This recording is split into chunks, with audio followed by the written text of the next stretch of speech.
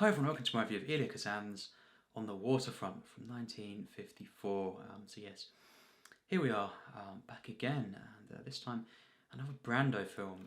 Here it is on Blu-ray, and yes, of course, spoilers alert. If you haven't seen this film, certainly check it out hopefully first, and then come back to this. If you don't want to kind of ruin any of the plot details, even the kind of opening discussion, because it's big events, that you may that may kind of spoil the film for you. But yes, with that said, another little thing to say, really as quickly as possible, is there is an issue with my mic. You may have already caught onto that. Kind of listening to this. If you listen to this with earphones, especially, you could probably pick up on a possible background noise. It's just kind of a constant hiss you'll hear, and it's a shame. But my mic is just today suddenly it started playing up, and it's a shame. I've had it for a few years, and I don't know if I could get a replacement. For maybe a few months. Unfortunately, so you can hear this background noise. Hopefully I can fix this in post. Because I've been playing around with this for about an hour now, and I still can't kind of get this to the kind of state that it was at. I had it all configured in a very, very specific way indeed, and unfortunately one of the settings is whenever I switch it to that, it's literally not picking up any sound whatsoever. So yeah, the mic is definitely faulty, unfortunately. But yes, if you can hear this in the background, just a kind of a constant hiss, kind of noise in the background, please let me know in the comments, especially if it's kind of overtaking perhaps the rest of the kind of audio in the video.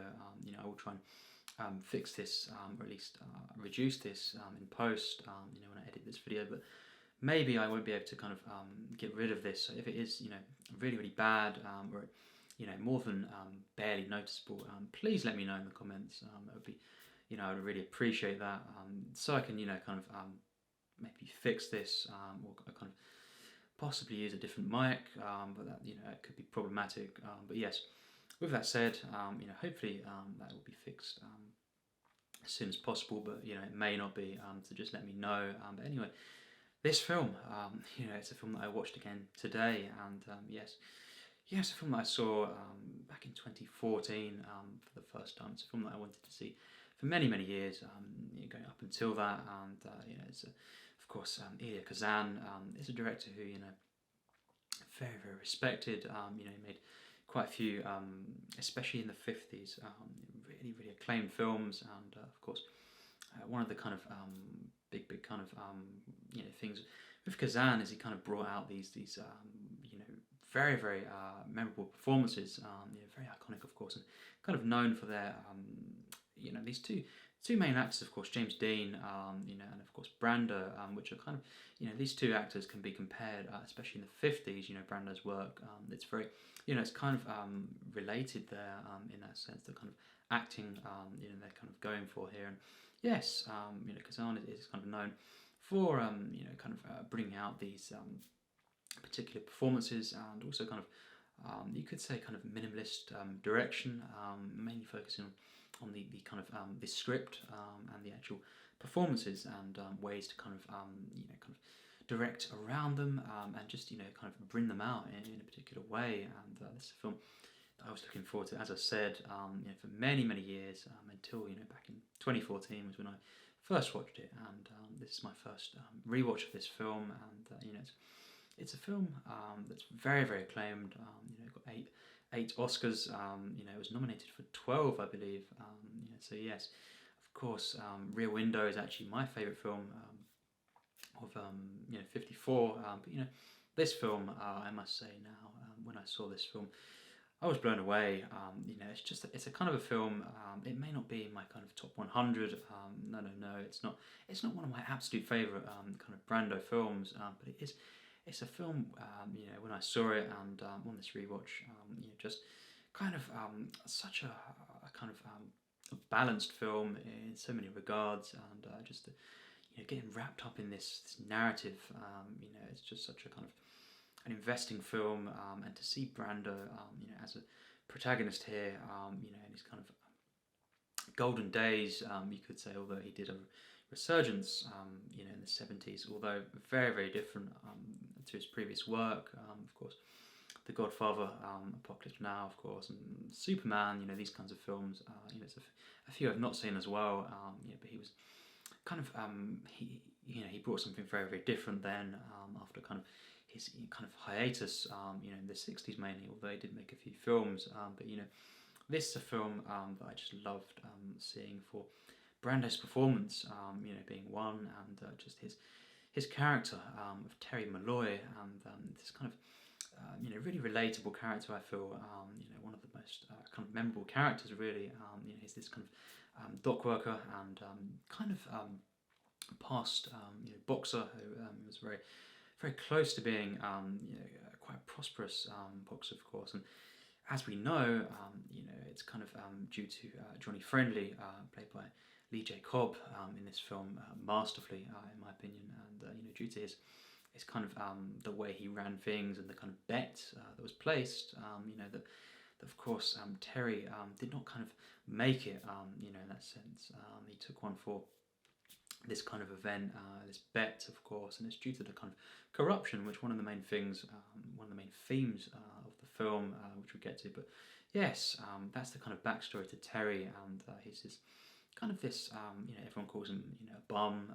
That's what they describe him as, and kind of this someone who could have been, in that sense, someone great, but in the sense that, he, of course, things affected that, and he kind of took one for the team, perhaps.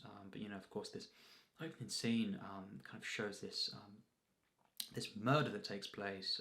This film, explores crime, justice, truth as well, the nature of truth. Kind of it's a real just an exploration of and I feel balanced exploration of morality. It's a really such an interesting film. But this murder, of this character Joey, of course, and his sister, is played by Eva Marie Saint, and she's one of the main characters as well. But this murder takes place. Joey gets pushed off the roof, and of course, everyone around him, including Johnny Friendly himself, just kind of brush this off, and instantly, kind of Terry, Brando's character, is very shocked by what's happened. He's kind of involved, but he didn't think that this would be an actual killing. That it would kind of just be more of an interrogation kind of thing, and that's of course what kickstarts the film. The kind of this character of Terry, his struggle with this, his kind of the very the kind of vulnerability of his character, and of course exploring the kind of the corruption among the kind of the dock workers, of course, and the union, big role in the film. And yes, Johnny Friendly is this kind of he's obviously the one of the main characters, and he's very corrupt, and it's kind of exploring the inequalities and the kind of exploitation, in general the working class, particularly of course being at the docks, and yes, it's a very, very interesting film. It all unfolds from there. And yes, really my favourite kind of element of this film is this kind of central romance. This character of Edie, of course, she is played by Eva Marie Saint. As I say, she got an Oscar for this film, Best Supporting Actress, and she is wonderful in this film. As I say, her debut film role, which is so impressive, and she, of course, in North by Northwest, the other kind of big film that I've seen. Including her, and it's one of my favourite films, absolute favourites. And she is great in both. In this film, of course, she forms this relationship with Terry, and straight away, what I love about the film is the kind of the way, first of all, it wraps you up in this kind of event. Very simple event. It's this murder. Someone falls off a roof, and everyone kind of surrounds this and kind of reacts, and then of course it really becomes such a kind of investing experience, one that's very such a complex film, really dealing with a lot of themes, kind of external factors, influencing these characters, but just these two characters here, Terry and Edie, they're kind of the romance that kind of develops over the course of the film. That is my favourite element of this film, and I just think it's one of the best, really, in cinema, and it's one of the reasons why I love the film so much. On paper, something about the docks and the Union. It never really. I'll be honest, it's never something that when I hear about a film, exploring this, I go, that's fine. We'll see how it's told, because it's not something, being honest, that I'm kind of, drawn to on paper, about the docks and everything, and being about the Union. It's just not something that I'm, compared to many other kind of ideas, perhaps, as drawn to. But and I thought, before watching this, I thought, it'd be interesting to see. We'll see what I think of the film. But despite the kind of the actual plot, it's something that I'm so invested in, because it focuses on the characters, the relationships, the humanity of this, and it does it in such a way that I think that really this is an absolute masterpiece of cinema. It's just such a wonderful film, and I think the acting in the film is next level, especially from Brando, and of course even Marie Saint. Of course Karl, Malden as well. His father Barry, he is absolutely amazing in this film. He has a real, of course he's in the Street of Pain and Desire as well. He's such a great character in that. In fact, I preferred the character in that film to this film, and actually I will be reviewing that soon. I have much to say about that one, and actually, if you want the kind of the giveaway now, I do actually prefer that film to On the Waterfront. So we'll get to that, and I love this film, but I think that film absolutely blew me away, even more than this. And but this actor is just so great in the film, and Father Barry, of course, such a pivotal role in the film. Kind of just represents the faith, and the kind of determination of this whole kind of story. It's of course surrounding this very basic setup, and this the docks as well. But really remarkable how Kazan and everyone involved, just these actors portraying these characters, really elevate this very simple idea and into a real. I think personally, it's not a film for everyone, of course, but I think personally into a legendary film, and it's a film that just.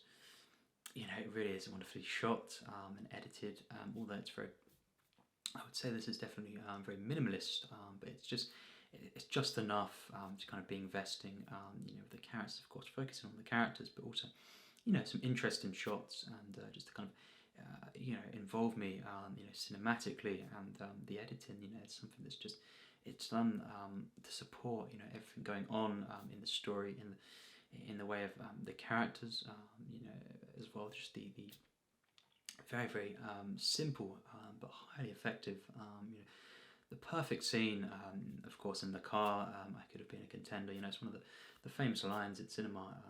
It's because it's so simple, actually, in the camera setup. So I've looked at that, actually. I've studied that before. I've been years ago reading some books as well.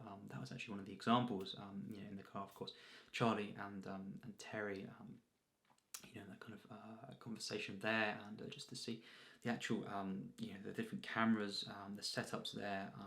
It's so effective. And you're seeing the master shot and all the different, reaction shots. The two shot, of course, just absolutely wonderful. Very minimalist, but it's just so wonderful. In the way it supports the acting, the characters, and I think. There's something about the context of the film, where that scene is, that makes it even more powerful. It's just the right moment within the story, the kind of within the length of the film, to kind of look back to previous moments in the film, actually, moments before this, the beginning of the film happened. Looking back, of course, to these characters' past, events, the kind of lives of these characters, and also kind of looking forward, kind of anticipating what will happen, in the final act. Such a pivotal moment. I can see why.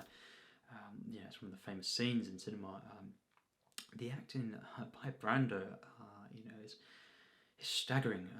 This is one of the best performances. This The Godfather, A Streetcar Named Desire, which we'll get to. I think he's even better in that than he is in this. So yeah, I have much to say about that. But yes, Apocalypse Now. These are just some of the performances by Brando, of course, and they're all some of the very best to me in cinema. He was one of the absolute finest actors. I know a lot of people say that, but really he was. I think, especially The Godfather for me, Apocalypse Now. Actually, A Streetcar Named Desire.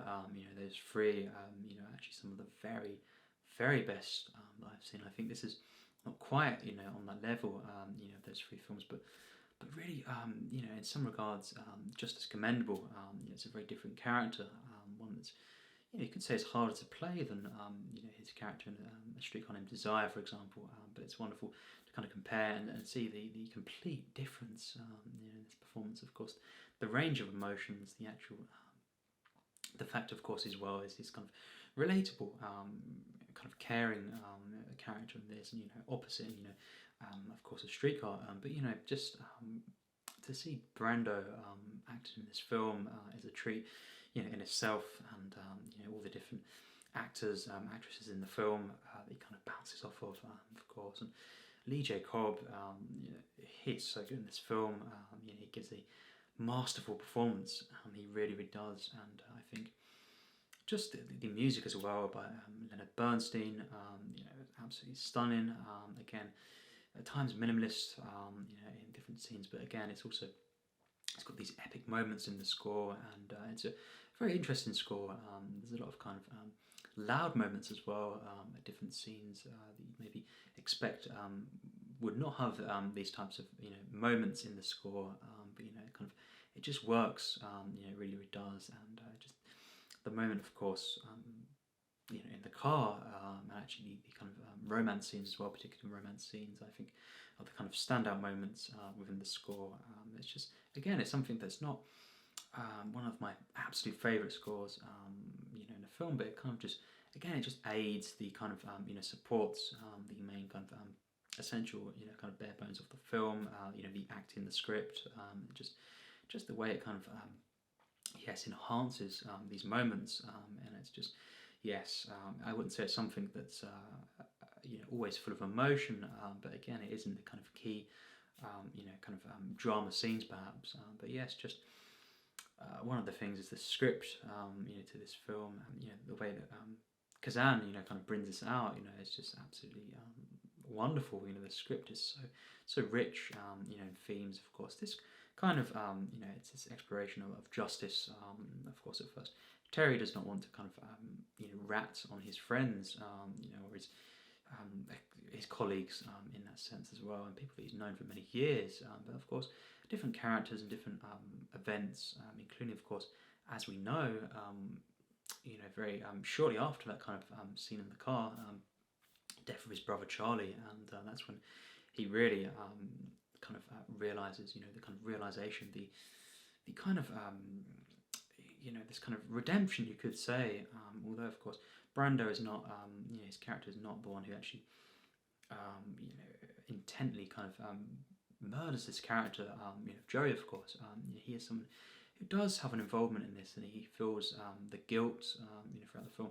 That's one of the themes, and the way kind of in some way he redeems, this the kind of a tale of redemption, and in the end he does face up to these kind of these villains perhaps, and it's a wonderful, inspiring film. It's just a wonderful human drama that has different themes going on. It's just very, very compelling. This is a film that I do think is a masterpiece. It's not kind of, I wouldn't say it's kind of in my top 200 films of all time.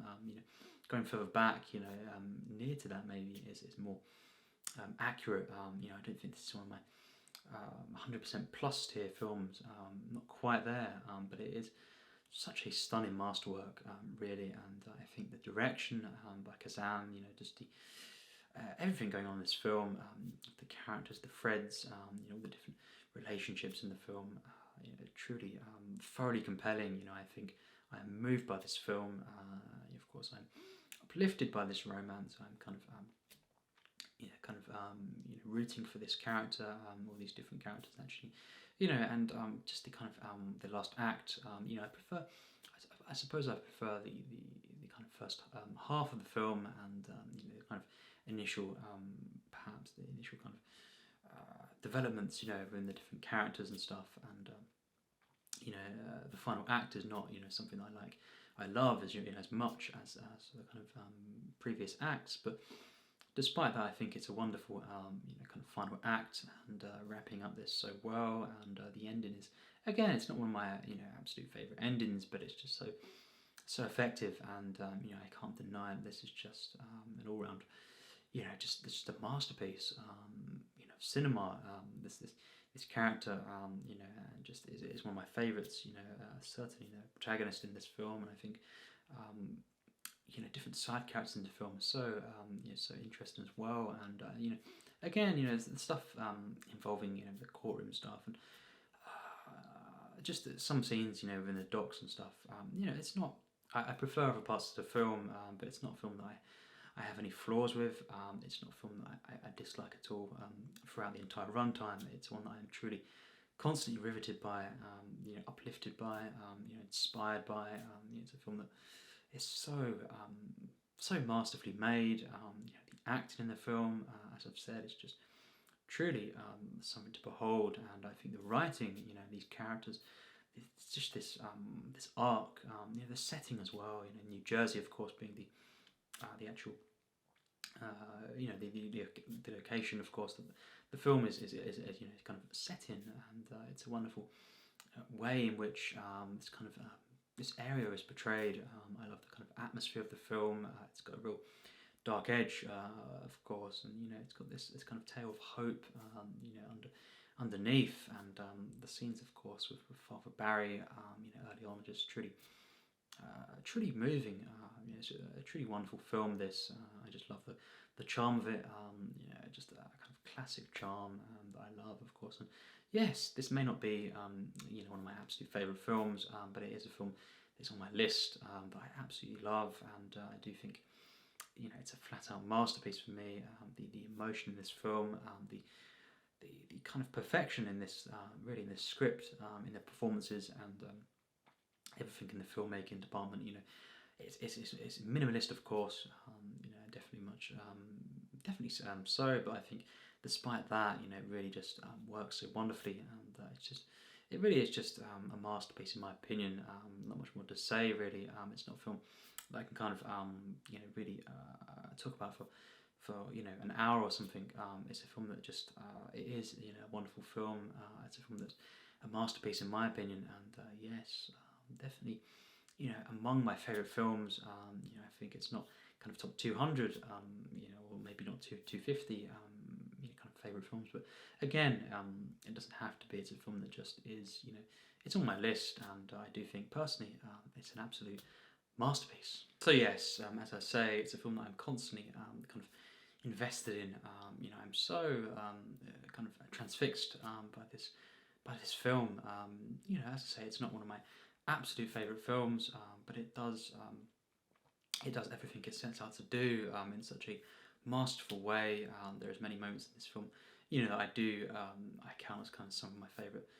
There's a couple of moments that really, if the film had been maybe more focusing even more on this kind of romance, perhaps, because it kind of slightly peters out, as the film goes on later on, and maybe if you've seen more of the kind of the character of Charlie and different relationship moments there. Of course, I think this could have been a film that could have been more even higher on my list, but despite that, it is it is on my list. It is a masterpiece, and I think yes, everything just comes together so wonderfully, and really such a kind of invested film throughout. It's a film that I am truly moved by.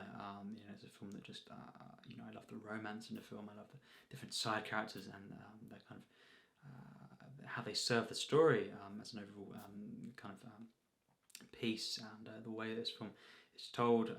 It's truly wonderful. It's a real masterpiece. This one, in my opinion. It's a film that I don't count this as one of the absolute finest films personally, but I really do. I love this film, and no flaws from me. Yeah, this is a masterpiece, and I have to give this film 100%. Yes, I can't deny it. I really do. I think, in my opinion, this is a masterpiece. It's just a stunning film. Not much more to say. Really, it's a film where everything works, and it works so well. The themes in the film, it's a real, and just at the end of the kind of picture, it's a real, very very short film, of course, but a lot going on here, and just one that really, says something very powerful about the human spirit, and the kind of the way in which kind of determination is shown in the film, and just I think just these characters really I love so much. These relationships in the film, particularly the romance, when it's really focused on, especially in the first half. It's really is one of my among my favourites. So that's why even though I kind of it's a film that isn't in my top kind of 200, 250, maybe not. At least not exactly high in that kind of spot. It is on my list, and I do really love this film, and it could have been higher on my list if it had focused on the elements that I love, the most, even more. But that's just the way it is. It's just the film that I do love, and there are things I love, especially love about the film. But it's an all-round masterpiece, and I think the editing, the overall direction by Kazan is just simply wonderful. There's not a false moment here. Sincere picture, human film. Has comedy in there as well. It's a real charming film. Brando, of course, is the, even Marie Saint as well. They're the two real standout, I think, elements of the film. Really, wow, wonderful, wonderful stuff, and certainly the Oscars that this film got. I can't. I'm not surprised, and I think these two performances, seriously masterful, absolutely wonderful. Of course, and they both got Oscars for this. So yes, just I think I can see why. Brando is one of my favourite actors, of course, and just absolutely one of his masterful performances. I don't think this is his best personally. It's not in my top 3 Brando performances personally, but I do think it's perfect, absolutely stunning to behold. When he's at his best, it's something where you watch him and you just experience whatever character he plays in such a kind of raw but controlled way. I think Apocalypse Now may be a little bit different because it's really a maddening performance, that one that really haunts you, what it did for me. But I think the other performances, they're really so controlled. He knows how to just control the emotions and the kind of range there. He never goes too far, when he's at his best. And I think despite that, there is a rawness, a real kind of power to his performances. Really stunning performance. This, of course, for him being the protagonist of the film, the one that we root for, is something very different, perhaps, to some of his roles. But absolutely stunning. Regardless, it's very very different, but still masterful from Brando. I think he is just so good in this film. Really is the main reason that this is just definitely on my list. I think this character that he plays and the kind of dynamics throughout the film, it really elevates this. And even really saying these two actors here, really elevate the film beyond what it already is. Such a great film, but these two really just make this film so memorable and so wonderful to experience in such a human film, a truly powerful film. And yes, just not in my plus tiers, as I've said, but I've explained that. It's just the way it goes. I prefer said amount of films to this film, just the way it is. But definitely a masterpiece, and on my kind of 500 favourite films list currently, and soon I'll be eventually I'll be working on my 1,000 favourite films, quite a massive list. But yeah, this will be on there, and it's just a wonderful film that I recommend to anyone who wants to see. Of course, Brando, and just anyone who wants to kind of see kind of a great film, really, and see great storytelling, at least in my opinion. Kind of definitely check this one out. I can't personally, I don't think there's any flaws to this film. It's just a wonderful, wonderful film, and just yes, full of charm, full of power, and real wonderful, wonderfully directed film, and acted film especially, with a perfect script that has genius moments of exposition. The way that this is directed, of course, is just so perfect, really. And yes, that's my thoughts on The Waterfront. And yes, wonderful film. But yes, tell me your thoughts on this film. What do you think? If you've seen it, of course, and if you haven't, as I say, it's something that I can't recommend more. Really, it's a masterpiece, no doubt from me. But yes, I wonder what you think of the film. Tell me your thoughts, and of course, a reminder. Please tell me about the mic. In this video, what was this kind of? Was it really noticeable? I'm not kind of, as of course of filming this video, I've not kind of listened to this, obviously, so I'll see what I can do with it, but I definitely know there's maybe a potential for some real interference, kind of background hiss, noise. But again, please tell me if it's noticeable. If it's more than just barely noticeable, that's what I want to kind of see what I can do with it then, if that is the case. Because if it's more than barely noticeable, then I need to kind of reduce that there. And if that is just replacing the mic in a few months, obviously can't do that now, but that will be the case. But hopefully, despite that, I can kind of carry on doing these reviews. So please tell me what you think of the kind of the audio in this video. Is it really problematic? Is it really off-putting?